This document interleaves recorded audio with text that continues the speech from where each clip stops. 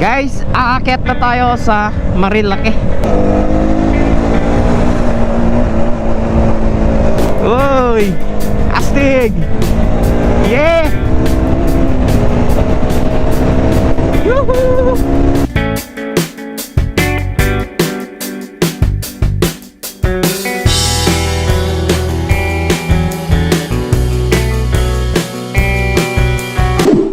Good morning sa inyo mga ka-Phantom. And today, magbibiyahe tayo papuntang Gataran. Madaling araw tayo magbiyahe mga ka-Phantom kasi magpapalagay ako ng pataba sa aking mais. Ngayong araw mga ka-Phantom, gamit natin ang ating KTM. Para na rin sa mga nakakamiss sa ating motor na ito ay eto na, gamit na natin ngayon para mas madali din tayo makarating sa ating pupuntahan. Ang oras natin mga ka-Phantom ay 5:46 ng madaling araw. Bali, magsa-solo ride lang tayo ngayon.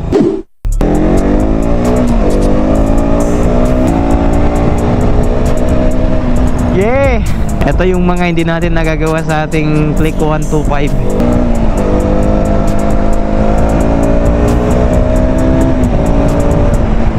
Malakas yung loob nating i-overtake yung ating motor kasi napakalakas ng kanyang arangkada. And meron tayong mini driving light.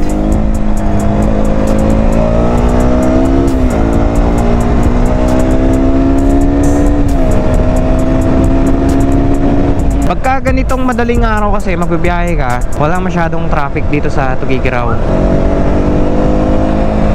Kapag walang traffic, syempre mas solid kang magpatakbo.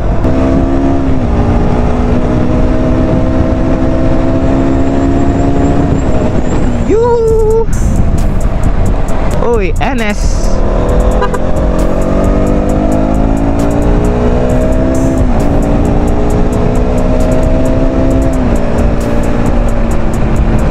Di ko na na-check yung ating PSI sa ating gulong. Ngayon lang natin nailabas. Nakalimutan ko kaninang chinek sa may Petron. Ang bilis ng biyahe natin. Nandito na tayo ngayon sa Igig. Yung araw medyo pasikat na rin, palabas na. Kaya medyo nagiging visible na yung paligid sa atin. Game! Oops!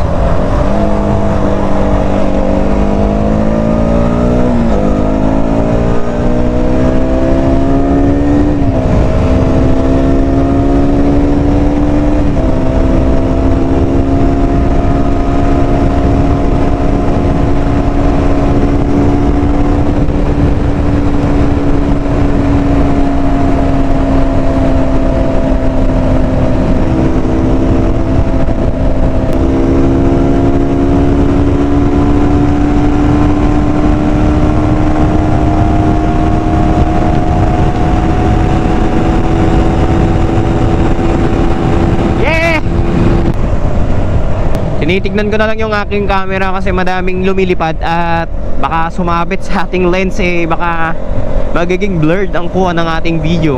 Maya maya nasa Gataran na rin tayo. Nakaka-boring mag-ride pagka wala kang back ride. Ayan, pasikat na ang araw, lumalabas na ang kulay orange sa paligid.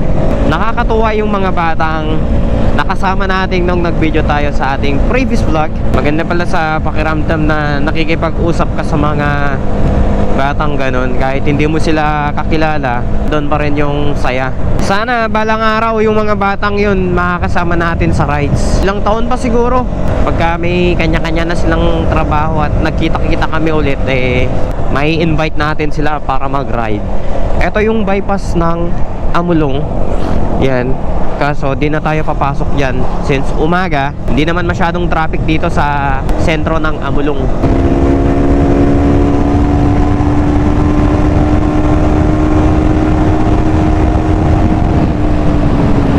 Gamit ko nga pala yung top box natin. Nilagay ko na doon yung ating bag. And meron akong damit kasi doon na rin ako maliligo mamaya. Kasama rin ako mamaya mga ka-Phantom sa pag-aabono ng mais. Kaya samahan nyo ako mga ka-Phantom. Hindi muna tayo magre-review ng motor ngayong araw. Ang gagawin natin, maglalagay tayo ng pataba sa aking mais. At syempre para makita nyo na rin akong nagtatrabaho sa maisan ko. Medyo hindi naman ganun kaluwang yung aking mais. Tuhan lang.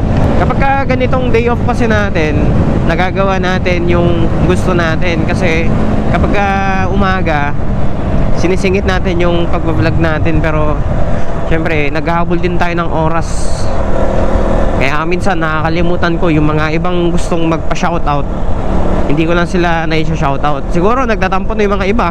Paumanhin sa mga hindi natin na-shoutout. At mag-comment lang kayo mga ka-phantom sa ating video kung gusto yung magpa-shoutout. At ipa-flash natin yung inyong mga comments sa ating vlog.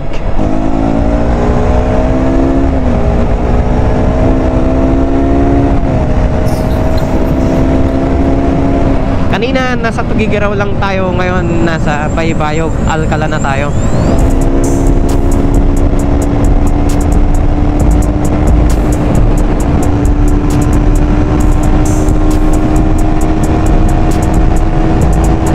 Yeah! Woo! Guys, aakyat na tayo sa Marilake. Char lang. Nandito na tayo ngayon mga ka-phantom sa Nasiping Gataran, kung saan parang umakyat sa Marilake. May paikot-ikot na makikita mo sa paligid na madaming punong kahoy. Hindi lang ito yung vlog natin na na-vlog na natin ito at nadaanan, pero uulitin natin kasi syempre mas may thrill. Mag-isa lang tayo, wala tayong backride. Ayun o. Kapag nandito kayo sa Nasiping, ito yung makikita nyo. May mga bilihan ng pasalubong. O kaya kung gusto nyong magkape, mag-relax muna sa gilid, pwede kayo dito magtambay muna. Yung mga nagtatracking kapag ka umaga o gabi, dito na sila kumakain. Dito na rin sila bumibili ng mga merienda nila. Familiar yung mga dumadaan dito na taga downstream. Pagka mapanood yung video natin, mag-comment naman kayo kung ano yung naging kwento nyo dito sa Nasiping Gataran.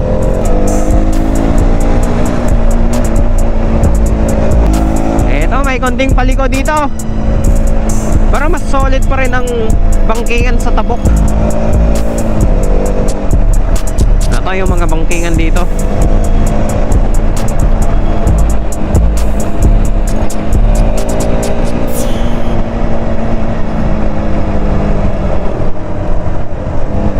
Uy, kaya ganito yung daan dito kasi nasa taas tayo ng bundok. Kita nyo yung dinadaanan natin, mga punong kahoy. Tapos ilog na yan oh. Eto na yung pinaka mataas na part. Yung mayanig yung aking front wheel. Bakit kaya? May nadaanan tayong lubak. Uy, astig. Yeah. Yuhuu. Tabi lang natin ang ilog dito mga ka-phantom. Kaya fresh na fresh yung hangin dito kapag dumaan kayo.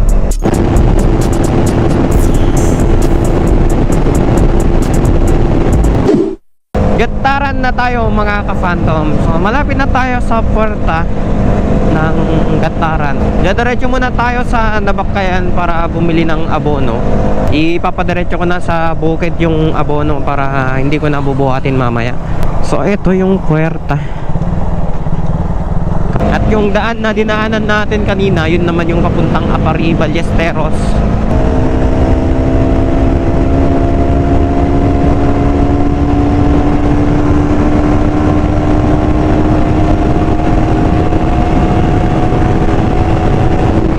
Ganda ng sikat ng araw.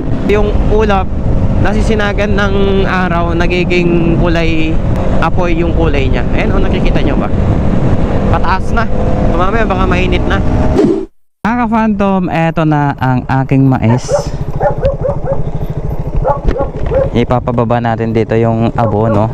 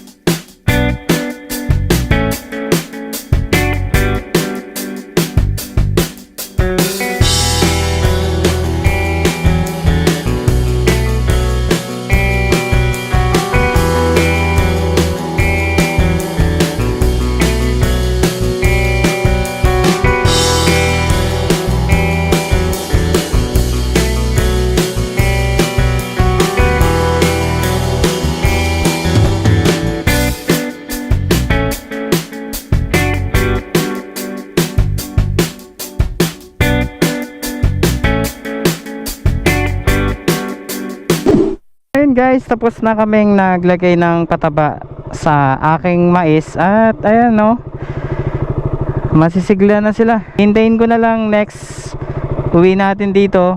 So siguro i-update ko kayo kung ano yung magiging resulta ng mais natin. Yung oras natin ay 1:08. 2:30 siguro nasa Tugigaraw na tayo. And meron akong problema na malaki kasi hindi ko naidala yung aking gloves. So mainit sa daan kaya pupunta muna ako sa Nabakkayan para bumili ng gloves. So kailangan kasi natin mga ka-phantom. So tara, bye. So nakaset pa rin sa 30 fps yung ating camera. Hindi ko na siya sinet sa 1080 60 fps kasi nag-iba kasi yung quality ng ating video kapag ina-upload natin, lalo 1080 30 fps yung gamit natin ngayon. Solo ride tayo, uuwi tayo ng Tugigaraw. Balikan lang tayo mga ka-phantom. Magwa 1 week na ngayong araw mga ka-phantom. Magpagpunta natin sa Tabuk City. Masama nga yung loob ng isang tropa ko sa akin, bakit daw hindi ako nagsabi sa kanya. Nung time kasi na pumunta kami, may pasok naman siya. Kahit naman sabihin natin na kasama siya, hindi naman available yung time niya. Sana may makuha tayong gloves na tag 50 pesos. Pang alternative lang kasi masusunog yung kamay natin.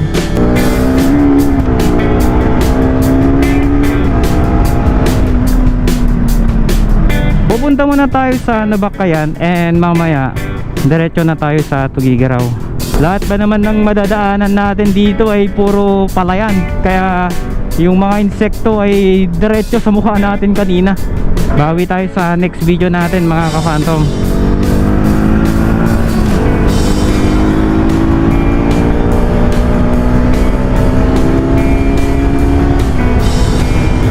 Yuhu! Yeah! Ito yung hindi natin nagagawa sa ating Click 125, ang bumibirit. Minsan pa nga nakakalimutan kong mag-shift dito. Ang clutch niya ay napapagkamalan kong rear brake. Tapos kapag pinapaandar ko, pinipindot ko yung clutch ng KTM natin. Ay, suot natin ang pabaliktad. Hindi ko alam kung okay yung grip natin dito. May magamit lang. Ito yung nakuha natin.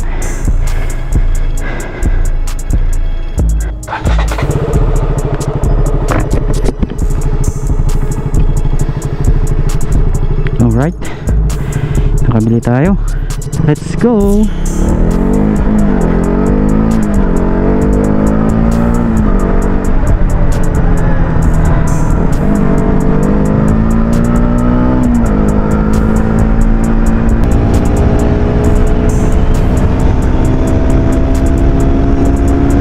Yeah! Yoo! Sagat natin 130.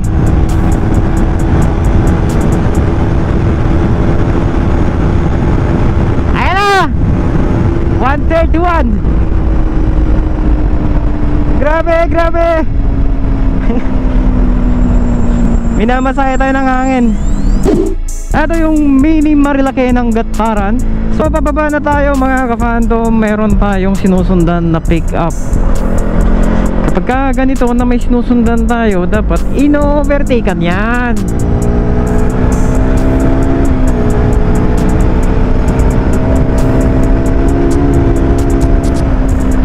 Oy, this is it. Ang pinaka mataas na daanan kapag pupunta ka ng Gataran.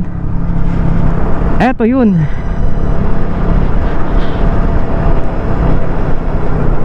Uy,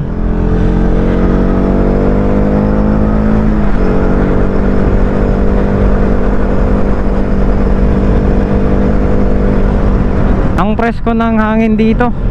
Yung aking kamay nangangawit dito sa aking gloves. Just tikumuyog. So pa exit na tayo ng Gataran. So welcome Alcala na mamaya. Pero part pa rin ng Gataran nito.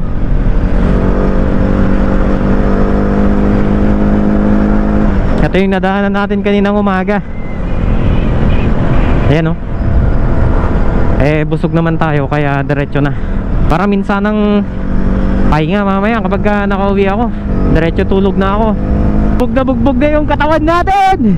Dapat ngayong day off ko sana relax tayo eh. Ganun talaga, kailangan nating magsumikap para meron tayong aanihin. Sayang naman kapag pabayaan natin yung tanim natin. Bagong spalto yung daan kaya napaka-smooth ng pagmamaneon natin.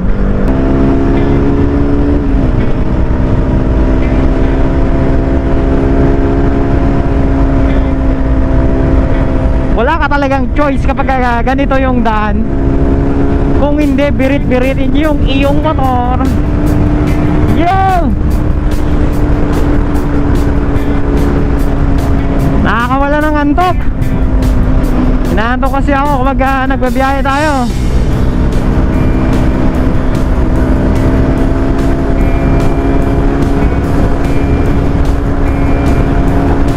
Para tayong dinuduyan ah.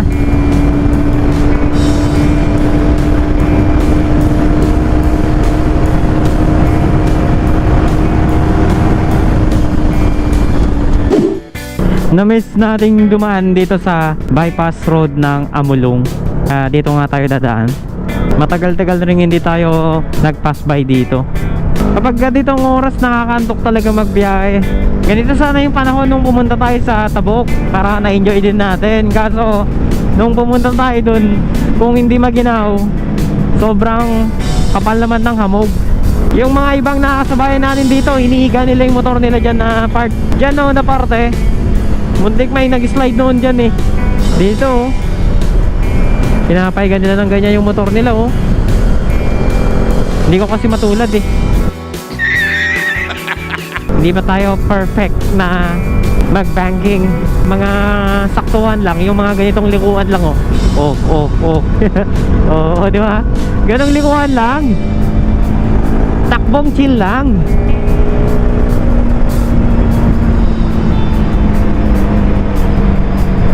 Hindi kaya pero may ibubuga. Oh, ganito, ganyan na banggingan lang. Easy lang. Ayaw ko namang madisgrasya dahil lang sa bangkingan na yan. So ito mga ka-phantom, palabas na tayo sa Amulong Bypass Road. Ayan, balik ulit tayo sa National Road, Super Highway ng Igig. Eto na, bakbakan ulit. Game!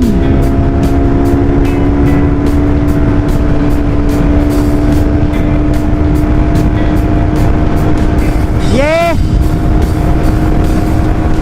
Yeah! Mga ka-phantom, igig na tayo. So, konting-konti na lang, tugigaraw na.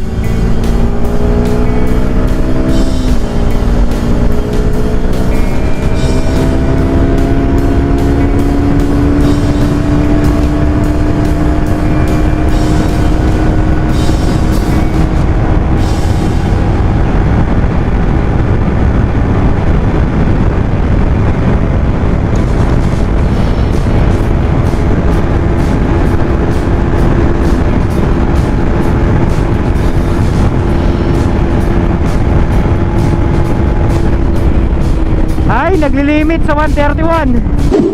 And eto, nandito na tayo ngayon sa Harig.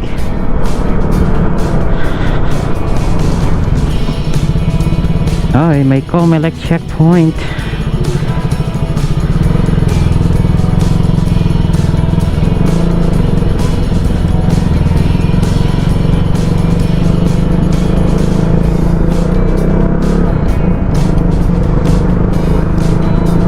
Nangangawit na yung ating kamay sa ating gloves.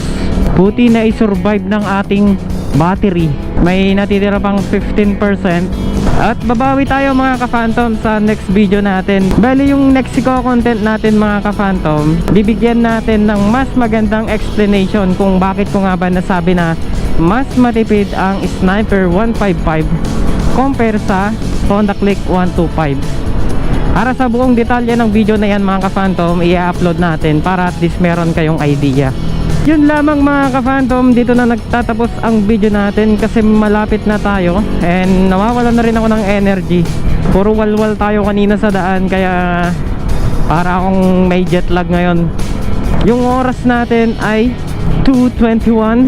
So kanina nung umalis tayo doon 1:08 sa mismong bahay, pumunta pa tayo sa Nabakayan. And ayun, almost 1 hour tayong nagbiyahe. Medyo may kalayuan din yung pinanggalingan natin, kaya parang mayroon tayong jet lag. Alright mga ka-fandom, sa mga hindi pa nakasubscribe sa aking YouTube channel, please subscribe and don't forget to hit the notification bell para lagi kayong updated sa aking latest videos.